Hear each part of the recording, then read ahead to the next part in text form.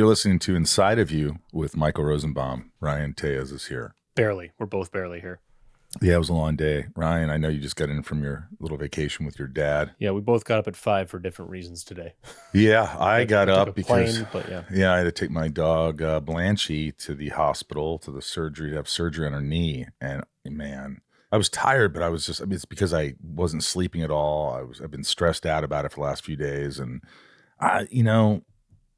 to some people it might sound weird, but like Blanche is my everything. My dogs are everything. So, I'm doing everything I can, and she just got out of surgery and she's okay. And I'm just like, thank God. Mm-hmm. I got emotional. I was definitely crying a little bit. I was just like, so it was tough, but she's, hopefully she's going to do really well. And, but our animals, we love our animals. I know you guys all can relate. I always get messages and good wishes, well wishes. Mm-hmm. But yours was a little more fun. You hung out with your dad, which is cool. Yeah, I had a nice little trip, little male bonding in the woods. Male bonding with my dad. I like that. It was nice. That's good. Also, my band Sunspin, it's almost, the album's coming out. I keep saying this, but things happen. But it's coming out, probably August, I would say, but or September, because we have to order albums and vinyls and CDs and books and. But if you want to be an executive producer or get cool perks, now is the time to go to sunspin.com and you could have your name on the album, on our latest album. Yes, as an executive producer, and much, much more. Go to sunspin.com. We got a great episode today. Danielle Panabaker is here. She's a good friend, and she's a great actress, and she has a lot to talk about. I think you're going to really like this interview.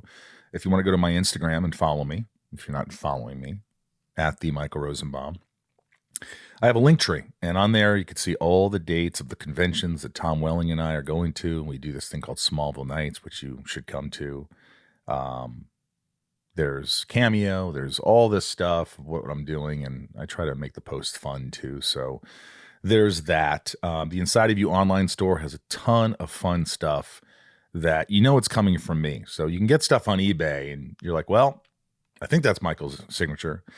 But for Smallville scripts, ship keys, Funko Pops, whatever, shirts, tumblers, go to the Inside of You online store and get them and know they're coming from me. There's also a Smallville lunchbox signed by me and Tom and so much more. Pick up some Rosie's Puppy Fresh Breath. It's on the Instagram link, the link tree, for your dog's breath. My product, Rosie's Puppy Fresh Breath. It works. I use it on my dog every day. And that is that. There's a lot of stuff coming on. The cruise, Smallville Cruise, Cruiseville, tickets are now available. So you can go to cruiseville.com and get on board. Ryan, I think we've almost doubled the amount of people that were on last year. Or really? Something like that. Not double, but we haven't even promoted it or anything. And we surpassed already last year. Wow. Yeah. Wow. So that's good. Also, the Smallville Creation Smallville in September in Chicago. Go to that. I'll be in Cincinnati with Tom. Just go to the Instagram. Toronto, the whole cast is going to be in Toronto. Going to Canada. Oh, Canada. I think that's about it. And if you want to join Patreon and support this podcast, if you're enjoying it, you're only helping the podcast. We couldn't do it without you. Look, let's just get into this. This is, she's just lovely. I loved having her on here. She's so smart. Mm-hmm. She's so smart. It's like keeping up with her is not always easy, but let's get inside of the wonderful Danielle Panabaker. It's my point of view. You're listening to Inside of You with Michael Rosenbaum.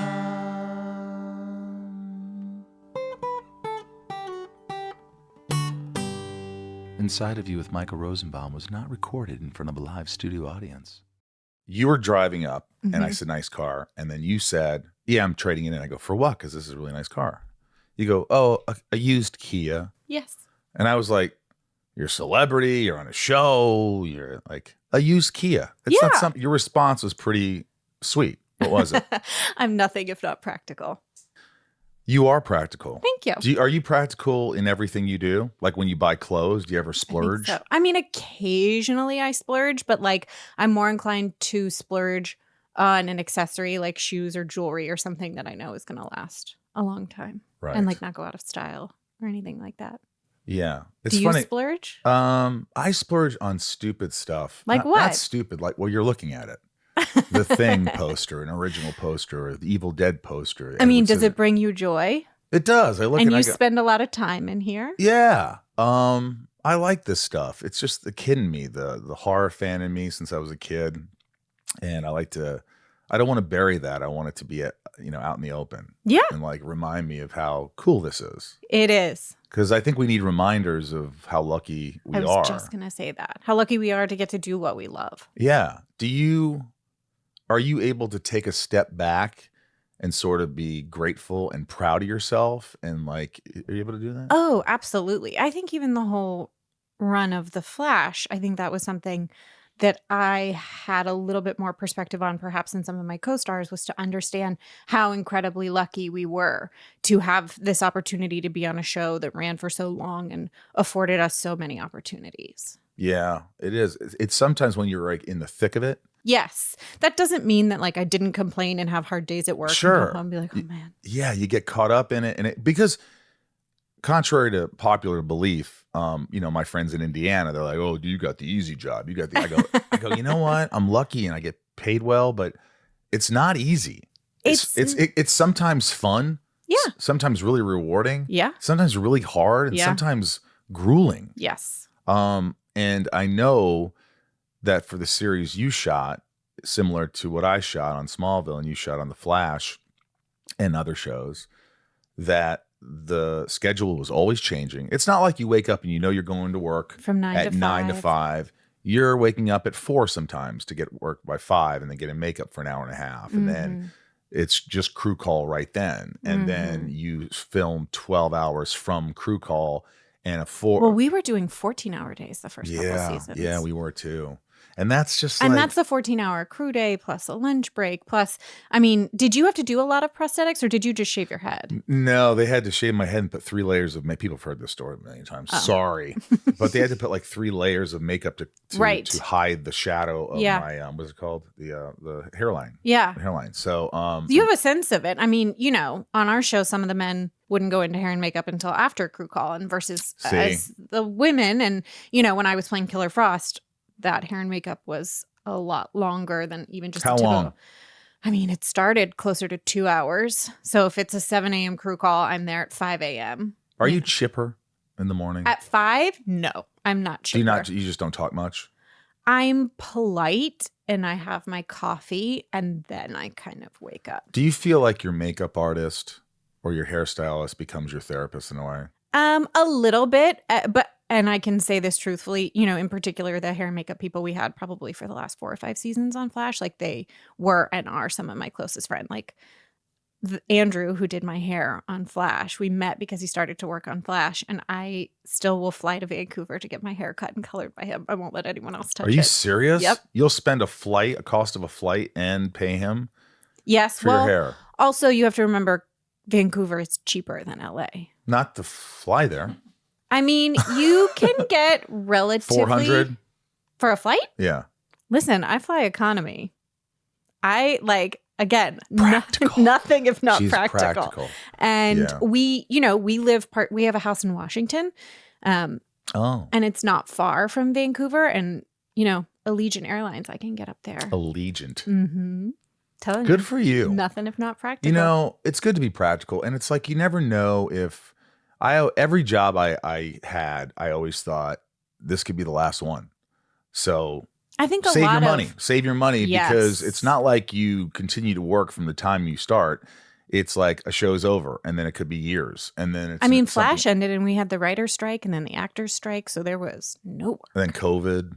You finished before that. When did you finish? No, I mean, COVID hit in 2020 and we were filming the end of season 6. So we went back to film season 7 in the fall, in September. Oh, so you're fresh off this is not that long ago. Flash was not that long ago, no. How many episodes did you do? 184. 184. How many did you guys do of Smallville? I did 160 something. Okay. And then I left. But I think they did 200. If we'd done one more season, we probably would have hit 200. Did you get tired of it? Where you just like, we've done everything. There's nothing else to do. I feel like I'm going on set and just doing what I know I should do. Well, I played a lot of different characters you on did. the show. So, Killer Frost started, I think, in season 3. And then they kind of morphed her into Frost, who was not really a villain. And that was more season somewhere in there. And then, for a couple seasons, much longer than was promised to me, I was playing 2 characters at the same time. And then by our 9th season, I was another character entirely. Did you ever have an accent? Like a different accent? Not really. Frost had more attitude than Caitlin, who was, Right. A doctor and a scientist and all those things. But no accent. Who was the most playful on set? Tom Cavanaugh. Who was the funniest? By the way, I love Tom. Tom is the sweetest man on the planet. Such a good heart. Mm-hmm. He's got that boy in him still. Yes, And that's what I love. yes. I love that he's like, I could joke with him and goof off, and I feel like we could be teenagers in a way. Yeah, he really does have that like playful essence to him. But who makes you laugh the most? Maybe Carlos. Carlos made you laugh? Yeah. Was- Carlos and I are incredibly close too. I mean, we shared half of a trailer for the first 6 seasons, which, I think the best way to sort of equate that is like roommates. Like, you heard every time the other person's toilet flushed, like you knew too much about each other. Boy. And so he and I are incredibly close. You had to share, like, it's called a double banger, folks. Mhm. Now, you think that after season 6, you were one of the stars of the show. You have your own trailer. Now, why didn't that happen? Because it's show business. At the end of the day, the studio is spending money, and it's, how do they feel that money is best spent? Yes, but I know that for Smallville, it was like, Tom, everyone else. And I made it very clear that no, Lex Luthor is not just anyone else. And it was a tough battle. I'm sure. And I fought for years. But and how did that go? How was that for you? it was the worst experience of my life, negotiating and dealing with that. I almost walked. It was a tumultuous relationship for a while, but and do you feel like it was with, the creatives or more the studio? No, not creatives. I loved everybody. I loved everybody in the set. I never had a problem with anybody. I always was joking around, making everybody laugh. But it got to me when it came time to negotiate. It's amazing. It's like, I always say this, but it's like when I don't care where you work. If you're working for a company and the company's doing really well and you're an important part of that, you should be compensated. And so they didn't agree with all that. And that sounds like I an said, understatement. fuck you. But it really, I think my life was miserable for a good 2 years until Why do you think that is? because I allowed it to. It's my fault. I allowed them to get to me. Yeah, but I wasn't happy going to work for a while, and because of how I was, how they felt about me, my perception of how they felt about me, and I was right. And what do you mean you were right? Well, it was warranted. It was like, it wasn't like I was saying, I want this, I want that. It was just like, hey, I deserve at least this. This isn't like, it's like, it's the story of Tom becoming Superman and me, me becoming Lex. Yeah. That's the real story of the show. And so ended up, it took a while, but I made it happen. But I could see where in the Flash, it's like there's the Flash and then there's a lot of great characters. So I don't know how much room you had to, when you negotiated, I bet you were a little upset. Yeah. I mean, of course. Again, like it just gets to you. It gets to anybody out there who has a job and they're working their ass off and that you're doing a good job. Yeah. And then they're like, well, here's what we're giving you. It just makes you want to go to work late. Yeah, I get it. I never went to work late, man. but I did. Neither did I. I did have a migraine that I couldn't. I see. I understand those days. And apparently, there was stuff. But you're not like that, right? You don't. You let things go. No, but I don't know. I don't know that being a team player served me. Do you know what I mean? Yeah, you almost felt like you allowed them to just walk all over you. It can feel like that. Absolutely. You know, because I really pride myself on being punctual and prepared and knowing my lines and like doing my best. Yeah. And not everyone works that way. And it's hard. It was hard for me when I felt like bad behavior was being rewarded, when people who weren't behaving the same way I was, you know, were receiving better, different, whatever treatment. Yeah. But, you know, at the end of the day, it's like it's my job to keep my side of the street clean. Like I can just focus on myself and decide. And that's what, you know how it is. When you sign on to a show, your contract is for 6 years. And so you don't really have a lot of wiggle room for those first many, many years. And then when it came time to renegotiate at various points, you know, it truly is that moment where you have to sit down and sit with yourself and say, okay, like if I make this deal, if I accept this deal, then I have accepted it. Like I can't say yes fight anymore. And then be mad that I said yes for the next 365 days. You just have to say, absolutely. When you finally say yes, you've decided. Yes. And I did that too. I came to a point where if I look back, because I found out a lot of information after that, I could have fought more. I could have said, no, I'm irreplaceable. Find someone else. Go for it. I could have done that and probably succeeded, but it would have been a tough time for even longer. And I wanted it to end. I wanted it to be like, I just want to be done with this. Okay, this is somewhat fair. Yes. This is somewhat fair, and let's move on. And I think also I'll speak for myself, but as a very sensitive person and as an actor, like my strength is not a negotiation. That's why we have people like lawyers and agents to do that for us. Like you pay them to be the asshole. Now, by the way, your husband is a lawyer. He is. Now, is he your lawyer? He's not. It's better that way because if he doesn't get you a good deal, you're upset. Yeah. I mean, as you and I've been talking about, win. It's an upsetting process. It is. Was he hurt that you don't want to have him as a lawyer? He understood. No, I think it was his idea. Is it Hayes? I love Hayes. Hayes, shout out to you. I love playing tennis with him. We got to play tennis I know. more. It's been too long. I was just playing this morning. Really? Are you good? No, I'm just learning. I want to be good enough so that like I can rally with Hayes. He's better than I am. Yeah. But I was like, did he choose the lawyer? Like, I think this person would be great for you. Same firm? No. One of his partners is my lawyer. Yes. And it was someone that I felt like I had a good relationship with. Inside of You is brought to you by Shopify, the commerce platform behind 10% of all e-commerce in the U.S., from household names like Mattel and Gymshark to brands just getting started. I think for anyone who's starting a business, you must have Shopify. I don't know any platform that is easier to use, that helps your business. If you want products to sell, these guys at Shopify are there for you in any capacity. You know, it's so easy to upload a picture of a product, put a description, how much you want to sell it for, how many you have. It's all right there on the page. Analytics, you could check analytics to see which product is doing well, which isn't. Should you buy more? Do you need to restock? Shipping could not be easier. Everything is just right there in front of you. I love Shopify. I have it for both podcasts. I will continue to use it.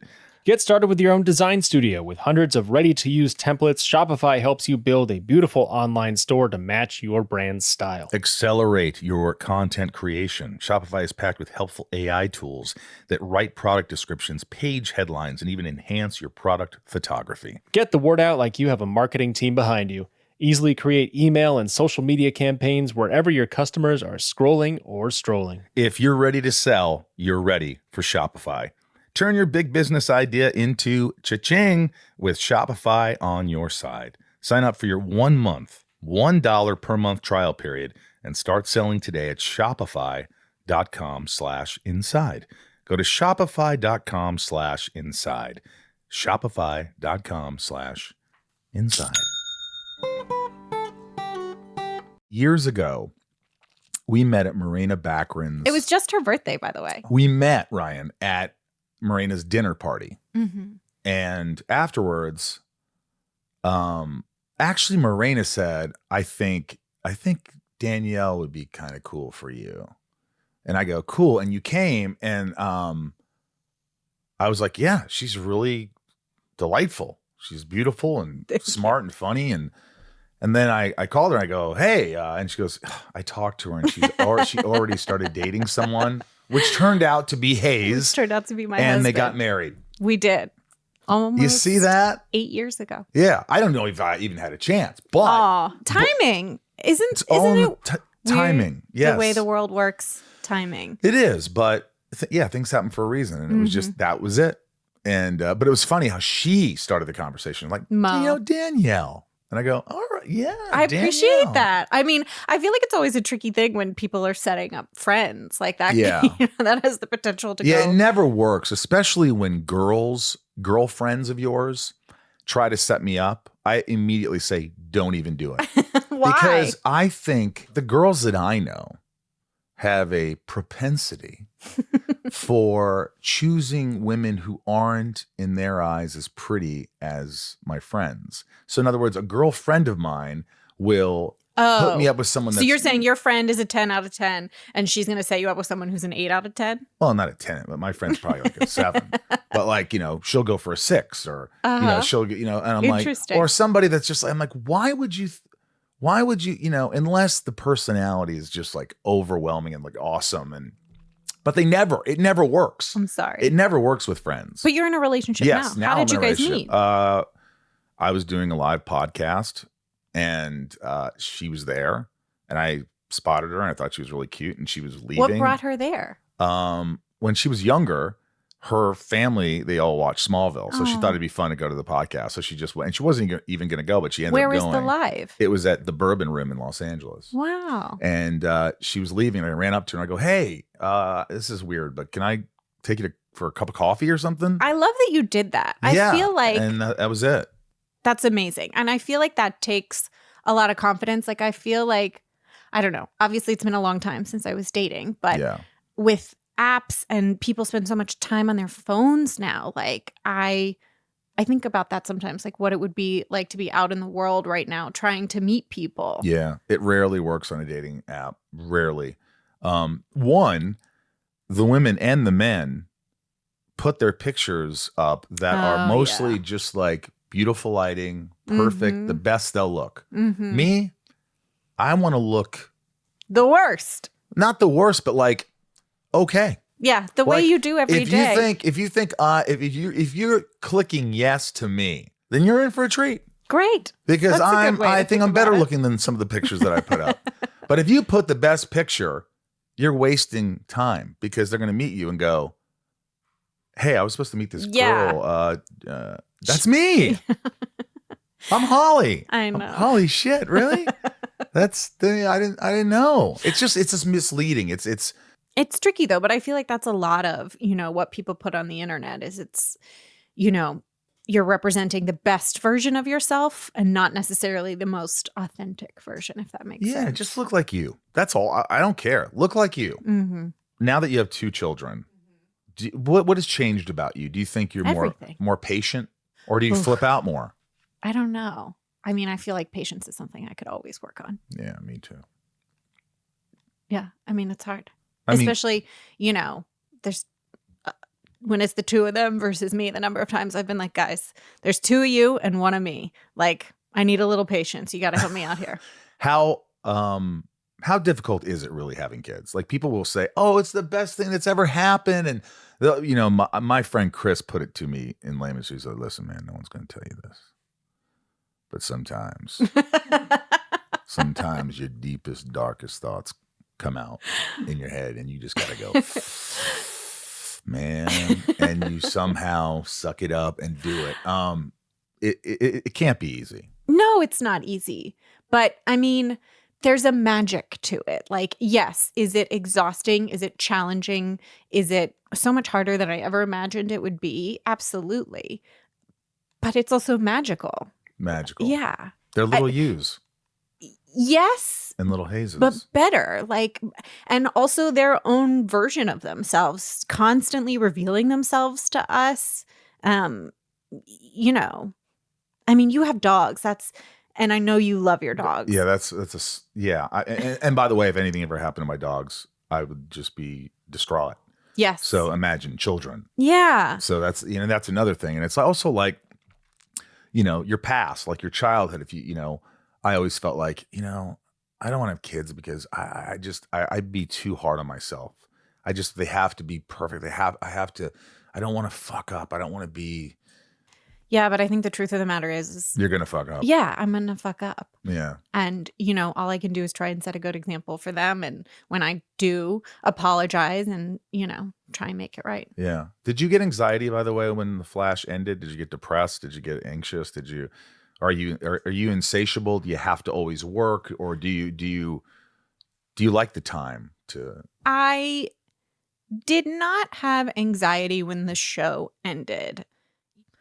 Grant had said many times over, as we said earlier, you sign a 6-year contract. So, and again, as you know, you sign the 6-year contract, but every year it's up to the studio whether or not they pick you up again. So, I had in my head that it would probably be 6 years, and kind of anything beyond that, we just sort of took 1 year at a time. And I think Grant had his struggles and frustrations and, talked many times about being done and ready to move on and things like that. So I never had an expectation that we would go 9 years. And as we were saying before about, you sign a contract and, you say yes. So at a certain point, I was just saying yes to 1 year at a time. Mm. So I knew I have a job for 1 more year and then we'll see what happens. So I don't think I had anxiety when the show ended. I think, the business, as I'm sure you know as well, is in a really strange place right now. Oh, yeah. I mean, I've been doing this 20 years and I've never seen anything like it. And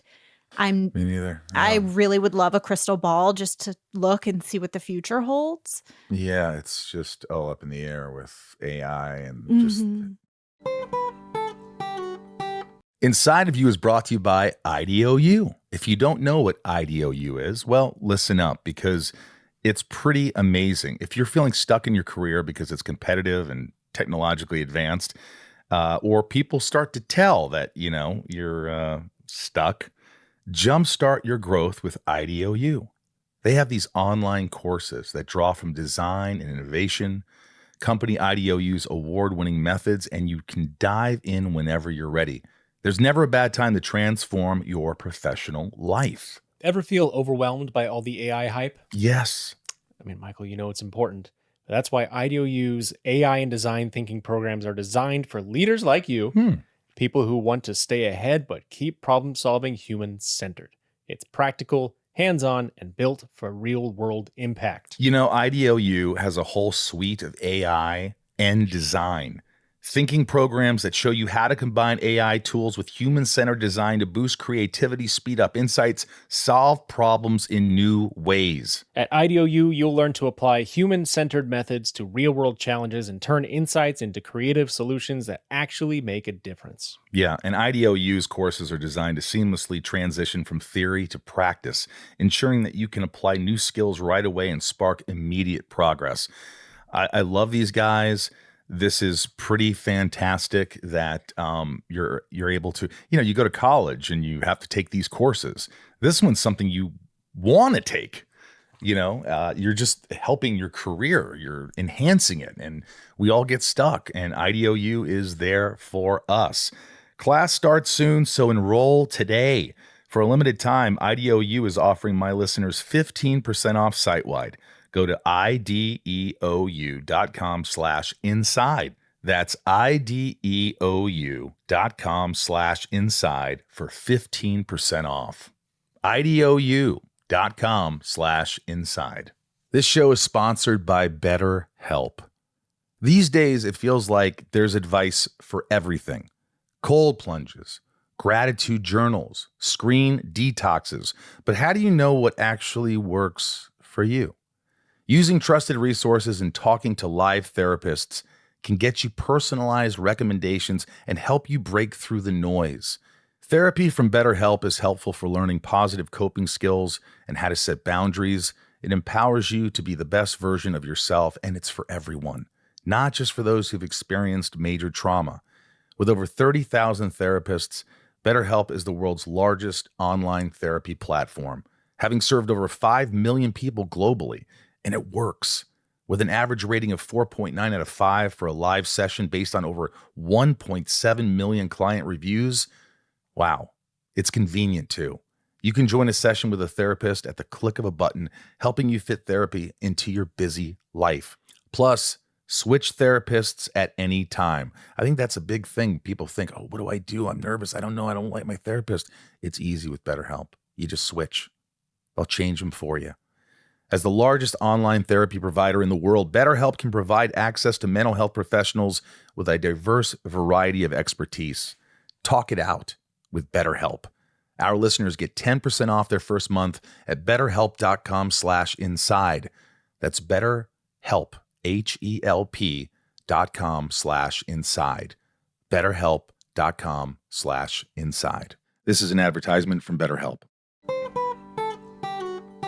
You know, it comes down to, I was watching the studio, episode 1. I've only seen 2 episodes, but Yeah, we haven't finished it. yeah, but the first episode, it's the marketing department that decides. They're like, can we sell this? Will people watch this? Let's do the numbers. Yeah. Not passion for something. Not, I love this. This is great. It will find an audience. It's all about money. It's all about packaging. You can't pitch a project to a studio or a network unless you have a package, a showrunner, a great script, a great 5-year treatment, an actress or an actor who brings value. It is so difficult to get something made.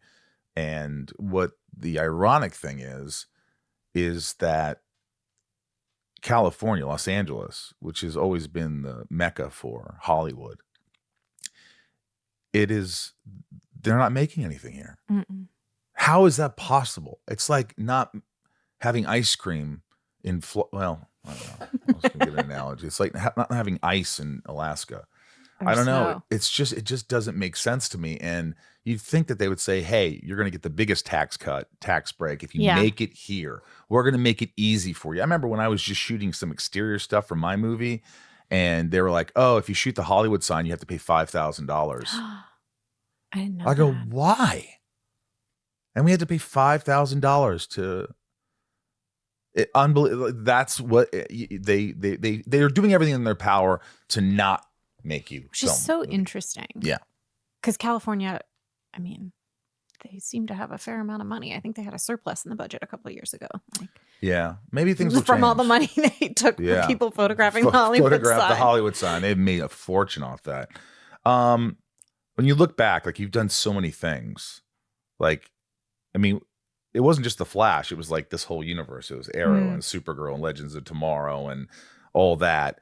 I always wonder, are actors paid more, like double their salary for, like, if they cross over? Oh my gosh. I mean, this was, talk about fights with Warner Brothers.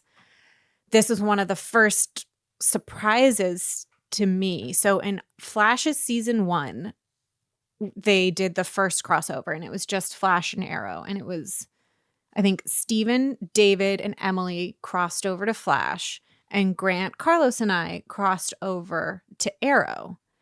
And the offer to do 2 jobs at the same time, to do the same role, when we guest starred on Arrow, was top of show. So at the time, less than $10,000. Could you say no?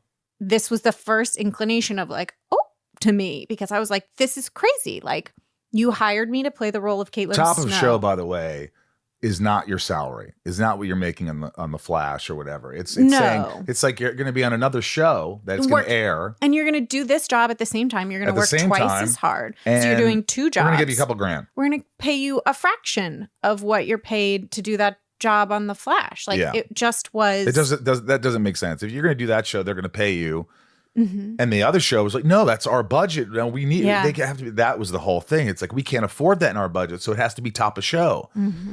Oh my! So that was season. You cheap 1. son of a bitches. And I think I said it. She didn't. And, again, when we signed on to Flash, Arrow existed and Flash was a pilot. And at that time, they did not bake crossovers. They didn't put crossovers into our contracts. I think we were the last show that they stopped doing that. I think any other show like Legends or Supergirl or whatever, it was in their contracts that if they crossed over to another show, they would only get a fraction of their whatever. I think, as years went on, I think that changed more for people like Steven and Grant and Melissa because, I know someone who said, no, pay me my salary. And they wrote that person out of the crossovers. They're like, no. Great. Write me out. I don't have to work as much. I don't give a shit. Yeah. I would have been that guy. Mm-hmm. I know I would have been like, no, I don't want to do that. I'm just going to do the show that I'm on. Yeah. So thank you very much. Mm-hmm. But I don't, what if you don't like that show? And that's the thing is like, I don't want to be on that show. My house was 20 minutes from our Flash set, but the Supergirl set was almost an hour away. And, Mm-hmm. Yeah. You ever work with assholes? Sure. What do you do? I always love this question. When I work with an asshole? Yeah. What do you do when you work with an asshole? Do you just ignore it? I smile and play nice and just know that this is temporary. I like to call people out. Yeah. But, I think that's a little easier as a man. Yeah. No, I absolutely. I think now it's changing. Right? Don't you feel like things have changed a little bit in a good way? I remember an experience I had on Flash. And I think at this point I don't think I was maybe directing, or maybe I was directing that episode. But someone on set called me bossy. And I pulled them aside whenever, there was a minute. And I said, would you say that to a man? And they were like, well, you were being bossy. And I was like, but you wouldn't have called a man bossy. You're just calling me bossy because I'm a woman. I like that you did that. That's good. That's power. That's saying, fuck you. It's just. Yeah. And I knew this person had a daughter and I just was like, just consider it. Yeah. Because. Yeah. Put that in perspective. You're absolutely right. A man you would have called assertive or in control. I would have said an asshole. Hey, don't be an asshole. Being an asshole here, buddy. Would you say that if I was a woman? No, I'd say bossy. There you go. No. Do you consider yourself a scream queen at all? Because some people will say, oh, Mr. Brooks, Friday the 13th, The Crazies, John Carpenter's The Ward. I love The Crazies. Piranha, I don't know. I think I definitely made a conscious choice after I'd done quite a few of them. I was like, oh, I need to stop. It's time to do something else. Do you go to horror cons ever? I've not been invited. You should be. You've done enough. Thank you. I would love to. Oh, that's not true. I did one this year with Derek, a friend of mine, Jonathan Sadowski. Do you know Sadowski? No. Sadowski texted me. He was like, oh, there's one in Vegas. We should all go. And it was very last minute. And I begged to be invited and went last minute with Derek and Amanda. But that was the first one I'd ever done. Have you talked to, Derek? You must know Derek. Derek who? Derek Mears, who played Jason. Oh, yeah. I've met him before. The nicest guy. Oh, yeah. Bald guy. Yeah. Yeah. He's really sweet. Mm-hmm. I know you've directed. You loved it. Loved it. Do you want to do it again? Absolutely. Have you thought of do you write? Not really. You should. But I'm trying to, the moment I'm in right now in my life, I think as I, look at my kids and sort of reflect, as I'm trying to write down stuff from my life because I'm already finding that I'm forgetting things. I hear that. But a lot of your stories in life, it's you. And so they always say, write what you know. And I do that. I want to do a graphic novel sort of based on my life, the ups and downs. And it's some dark, dark stuff and some celebrity stuff and things that are interesting. And, so I'd like to do that eventually. But I also want to do a show based just on moments of my life. That's just this is this. They're standalone episodes of maybe I was 13 here. Mm-hmm. This is this adult going through this. This is this. So maybe. What do you do for your mental health? Let's start with exercise. I feel like that's something I learned, especially on Flash, when the hours were so long and we were filming in Vancouver and, we did a lot of nights on that show and you're just sort of feeling topsy-turvy. I found that no matter how tired I was, I needed to get up and do at least 30 minutes of exercise just to move my body. And that changed things for me. Do you meditate? I try. Hayes is really good at it. It's hard. He can I meditate. like the app. I feel like I need someone holding I use Headspace. I feel Calm or Headspace. Headspace. I feel like I need someone holding my hand through it. I'm surprised they're not a sponsor. Calm or Headspace. What the hell's wrong with you? Yeah. Do you meditate? I try, but I need help. It's a hard practice. Yeah, it is. It is hard. Second Guessing Fate. Yes. It's a movie coming out. You're not exactly sure when. No. Tell me about this. When did you film this? We filmed this in August of 2024 in Edmonton, in Alberta, I've been to Canada. Edmonton. Very cold. Well, this was summer. I was actually really surprised by how warm it got in the summer. Did you go to the mall? The giant mall? We did. It's huge. It is huge. And I also kind of feel like, at least in my head, when I think of a mall, I don't think of a roller coaster. And the Edmonton Mall has an ice rink, a roller coaster. It just has so much more than just it's crowded. stores. Oh, yeah. Yes. So, Second Guessing Fate. It was made by CW. I think it's a co-pro with Bell, actually, in Canada. So I think it'll be released up there. It's a nice transition for me. It's like a youthful rom-com, especially for the CW. And I feel like what was nice about it is they're trying to be a little contemporary. And, it's about a woman who has had no luck in her dating life. And then she sort of gets into this situation where she has two men that she's met and, seeing where her heart takes her. Wow, I like that. It's fun. You're the lead. Yes. And it's again, as I said, contemporary. And like we were talking about earlier, with timing, you never know when someone's going to enter your life and if you're in a place to receive that. Yeah, like when you met Hayes, were you ready to settle down? So we met years before we started dating, actually. We started dating. We probably met 4 or 5 years before we started dating, just because we ran in the same. But you didn't think twice of it? Well, I think he was always dating someone and I was always dating someone. And yeah. And it just kind of happened. Yes. Again, timing. There was a familiarity. Yes, and absolutely. Then it was like, okay, all right. And then. So I met Hayes because of Friday the 13th. Hayes, yeah, by the way, I didn't put that Friday the 13th mask. That's been there every episode, but Ben Feldman is a very talented actor. Have you ever had him on? No. Oh, he's wonderful and so funny. And I met Ben when we did Friday the 13th. And then I met his then girlfriend, now wife. And I was like, oh, I thought I liked you, Ben, but I love your wife. Like, she's the best. Right. And Michelle and I really hit it off. And Hayes is their best friend. Nice. He was the best man at their wedding. And you've been married for 5 years? Almost 8. I'm off. Have you ever been starstruck? Starstruck. Like, yes. Who? MegaCon with Ron Howard. I was like, oh my God, that's Ron Howard. Ron Howard. Yes. I got a picture with him at a con. And I was just like, you did? Yeah. He was at a con. Because I think it was MegaCon when we were all with his daughter, there. Dallas? Yes. Yes. And I had lost my voice, so I couldn't speak to him. Ron! Like literally, yes. Hi, But I just was I was definitely starstruck by him. What's your favorite Ron Howard movie? Apollo 13? No, I don't know. Didn't he direct Cocoon? I don't know if I ever saw that one. He's directed so many things. So much. And what was the he's just an Russell Crowe unbelievable movie? A Beautiful Mind. Beautiful Mind. Stunning. Yeah. He's an incredible storyteller. Yeah.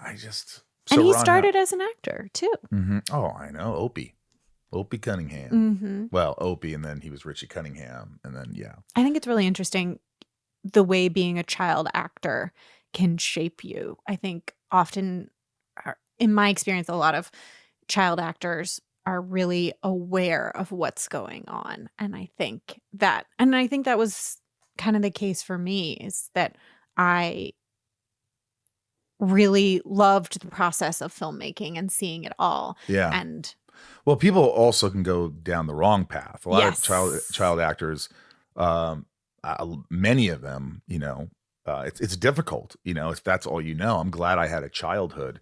yeah, But you I tell a story. So when you're a child actor on set, to go back to, it's a business. Like when you're a child actor, you only have so many hours you can be on set.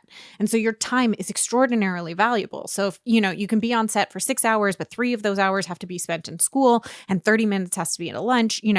If you've wrapped, or if you've finished the scene and they're doing and they're turning around, and so we have 20 minutes and they're going to race you to the schoolroom to sit and bank those 20 minutes of schoolwork, and you're on your way to the classroom, and then you're like, you know what, I'm hungry, I would like a peanut butter and jelly sandwich. So you go to Crafty to make yourself a peanut butter and jelly sandwich, but a PA says, we literally don't have time for you to stop and make yourself a peanut butter and jelly sandwich because we need you in the classroom to get those minutes banked. So I'm going to make you a peanut butter and jelly sandwich, and then I'll bring it to you. So kid goes to school, does their whatever. Wow.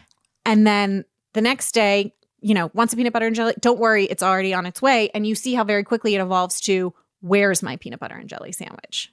Yeah. So it can start innocently enough, but the evolution Become a problem is that they've created. Mm-hmm. Yeah, that's difficult. Hey folks, it's me, Michael Rosenbaum. Listen, if you're a supporter of the podcast, if you're enjoying these interviews, we ask you if you can join Patreon, patreon.com/inside of you, and help the podcast. It's a great way to build a community and friends, and there's a lot of benefits. There's different tiers. There's one where I give you packages every couple of months, a bunch of gifts, and write a note. You get your name shouted out on the podcast, and much, much more. But most importantly, you'll be helping the podcast. So if you want to become a member of Patreon and support this podcast, that would be awesome. So just go to Patreon, Patreon, patreon.com/inside of you. And I really appreciate you. Thanks. I mean, you graduated when you were 14 years old. You've always had a good head on your shoulders, and nothing if not practical. Was your mother practical? I don't know. I think, my father was an engineer, and when I went to college, I was an English major, and I think it just was, he couldn't fathom, like, what are you going to do with an English degree? Like, it didn't make sense. Is he still with us? Yes. He is. My parents are, and actually both of my grandparents on my dad's side are. I just lost both my grandparents in the last 5 years. I lost my grandma in December. That was the toughest loss. I mean, the toughest loss was my first grandmother I was very close with, but the last two were, it's kind of finite. It's just, last night I thought about it. I thought of my grandmother. I go, wow, I don't have Blanche and Irv anymore. Yeah. Wow, that's crazy. I don't have that much time left with my grandparents either, and it's tough. As I told you, I'm going to see them on Thursday. Yeah. You almost like I know, you're getting emotional. Yeah. You love them. Oh, my oldest child is named after my grandma. Really? Mm-hmm. Yeah. What's her name? Her name is Mary Sue Miles. Mary Sue Miles. I named my dog Irv.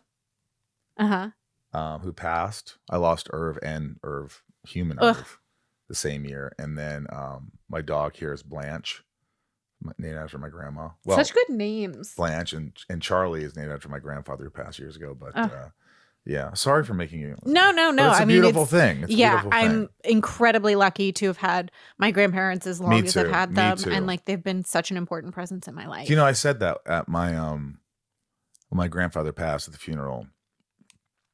I said, I think in the speech I just said something like, I'm just so thankful that I've got to have him in my life for so long. Yeah.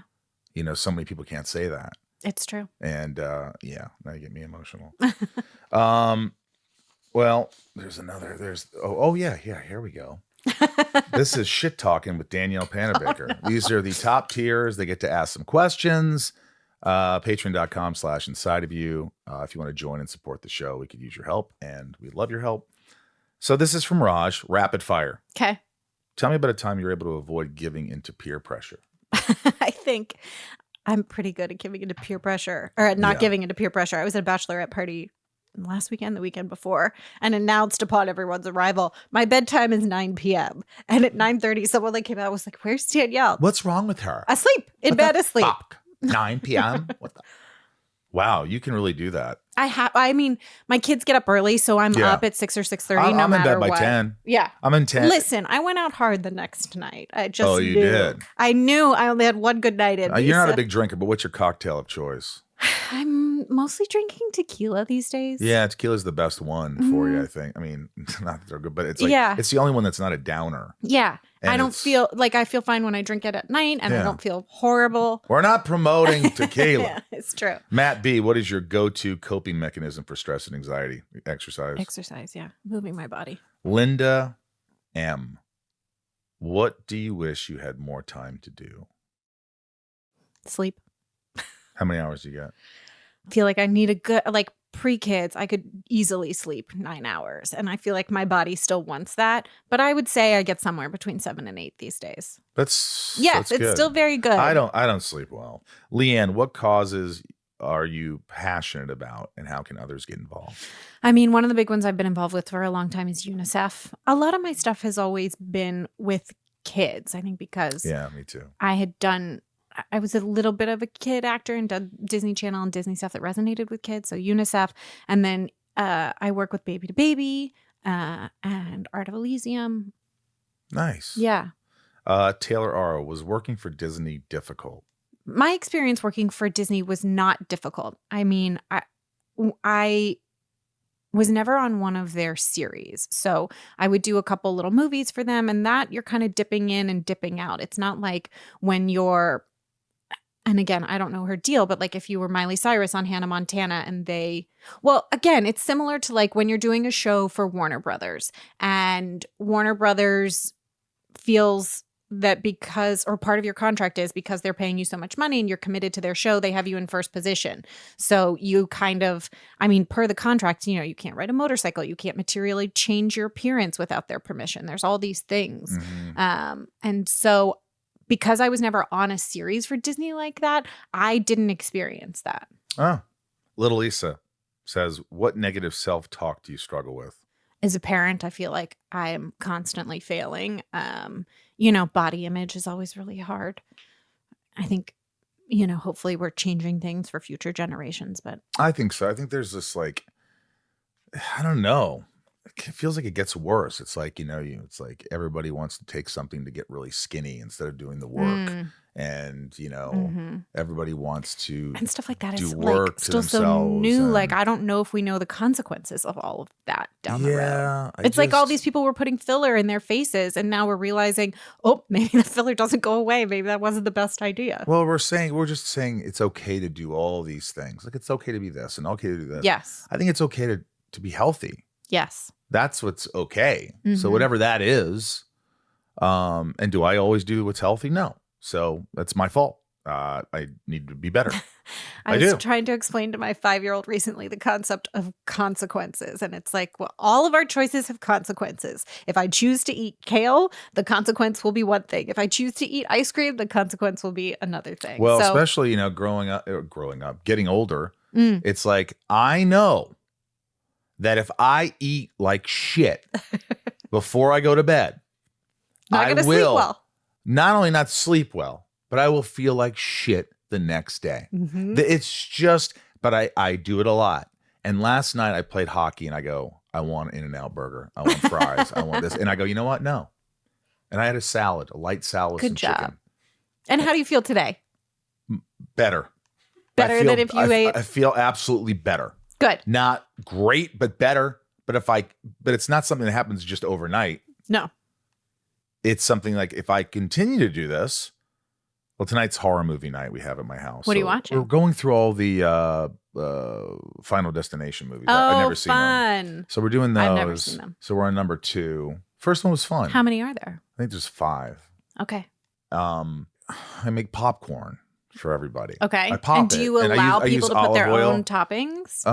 What do you no, put on it's your just popcorn? it's just like Himalayan salt, We do lemon pepper and Old Bay because Hayes is from DC. lemon pepper, And Old- salt. Yeah. Is it really good? Yeah. Can you send me that? Yeah. Don't forget. I won't. And then Ben Feldman Oh yeah. And bed. information. Mhm. I want to know. Yeah. If they were to say, Danielle, believe it or not, they want to do 6 episodes of The Flash, would you immediately think, no, I'm done? Or would you go like, I'd consider it? I would consider it. Absolutely. You I would. mean, we're in this moment right now where we're doing a handful of conventions, a lot of, the original cast members, and it's nice to see one another for a little bit. And also, Yeah. 6 episodes is so different. I mean, our first season, we were doing 23 episodes plus a crossover, like 6 episodes. How did you? And you had a child. No, I didn't have my kids until Oh. I had my oldest between seasons 6 and 7. 6 and 7, but you still did season 7 and 8 and 9. Right. So I'm saying you had a child during all these. I did during How the last couple hard of was years. that? Incredibly difficult, and like, I mean, yeah, I could do a whole podcast on that. It's hard. It's, I remember our first day back in season 7 was like not the height of COVID, but it was deep into COVID. And, having a tiny baby at home, I was terrified. I mean, I think there were quite literally almost years that we didn't leave the house because we were so scared. And, going back to work, and it was a night shoot and I was still breastfeeding, and just like, sat down in the hair and makeup chair and just started crying. Like, it was my first time away from my oldest baby. And like, I definitely was not in any state ready to do a night shoot. Like, It was traumatizing. it was hard. It was challenging. So, I think ultimately we didn't do quite as many night shoots towards the end, but I mean, we still did them. By the way, people don't understand, like, you have to wear masks on sets, and there's zones, and you can't be. It's, I don't think I could do that. I remember shooting Guardians 3 and dealing with some of that. I think it was Guardians, maybe. Yeah, it was Guardians 3, and they were very, it was just, they demanded certain things. And, and I understand, at the time, everybody it made was doing, it was uncomfortable. Everybody was doing what they fun. could to keep everybody safe. But, I also, when I was Killer Frost, I had a full wig, and the lace comes down here, so you can't put a mask on, or you're ripping the lace, and then you rip the lace, and it takes more time to glue it back down.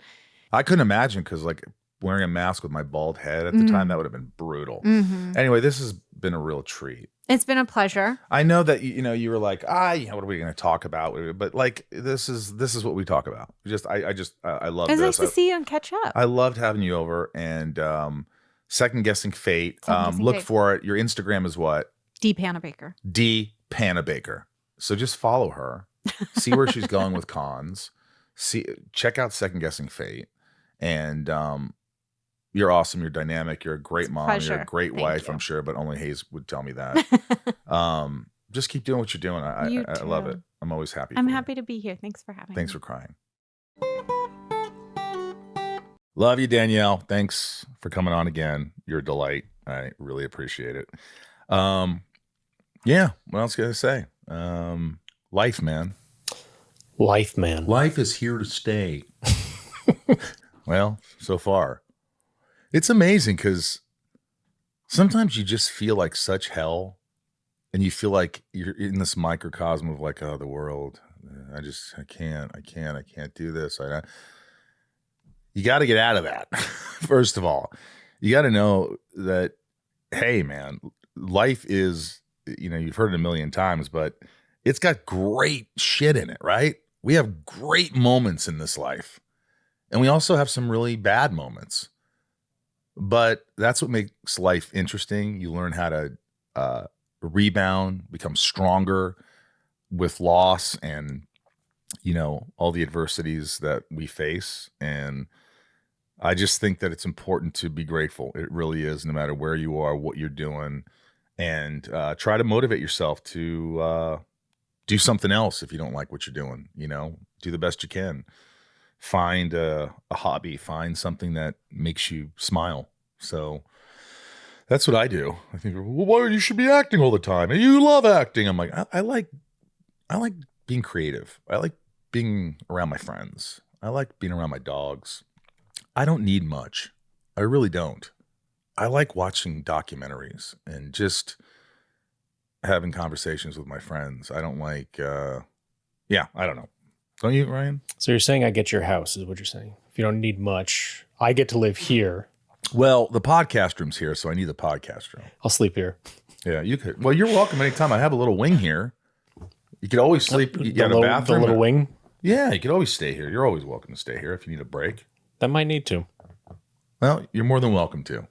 I mean, if I want to live and breathe where I work now, 24/7. If you want to live and breathe what you do and how you operate for this show and Talkville, yeah. Anyway, look, thank you. We're going to do share with you our top patrons who give back to the show in more ways than one. We love them. We can't do the show without them. And here we go. Go to patreon.com/inside of you if you want to help the show. Nancy D, Little Lisa, Yukiko, Brian H, Niko P, Rob I, Jason W, Sophie M, Raj C, Jennifer N, Stacey L, Jamal F, Janelle B, Mike 99 more, Santiago M, Leanne P, Kendrick F, Belinda N, Dave Hull, Brad D, Ray Harada, Tabitha T, Tom N, Talia M, Betsy D, Rhiannon C, Michelle A, Jeremy C. I'm going to read all of them today. Mr. M, Eugene R, Monica T, Mel S, Eric H, Oracle, Amanda R, Kevin E, Kevin Eves giving back. I just joined. I think he just got the whatchamacallit, my band Sunspin. He just got the package of a free concert or whatever, and the executive producer title on the album. And like, you can get all this. This is last chance, because if you want stuff from the Sun, you just go to sunspin.com. Kevin E, Jor-El, Jammin J, Leanne J, Luna R, Jules M, Jessica B, Charlene A, Frank B, Jen T, April R, Randy S, Claudia, Rachel D, Nick W, Stephanie and Evan, Stephen, Charlene A, Don G, Jenny B76, NG Tracy, Keith B, Heather and Greg.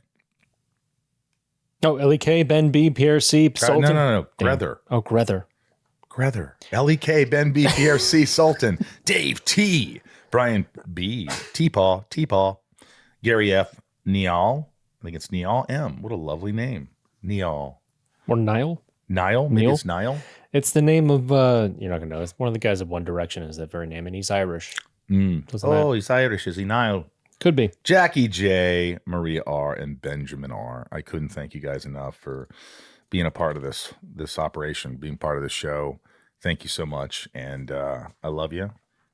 Appreciate you from the Hollywood Hills in Hollywood, California. I'm Michael Rosenbaum. I am Ryan Tejas, and I'm actively trying not to cough. Yes, I felt that little wave to the camera. We love you, and couldn't do it without you. We'll see you next week. And please, please, please be good to yourself. See ya.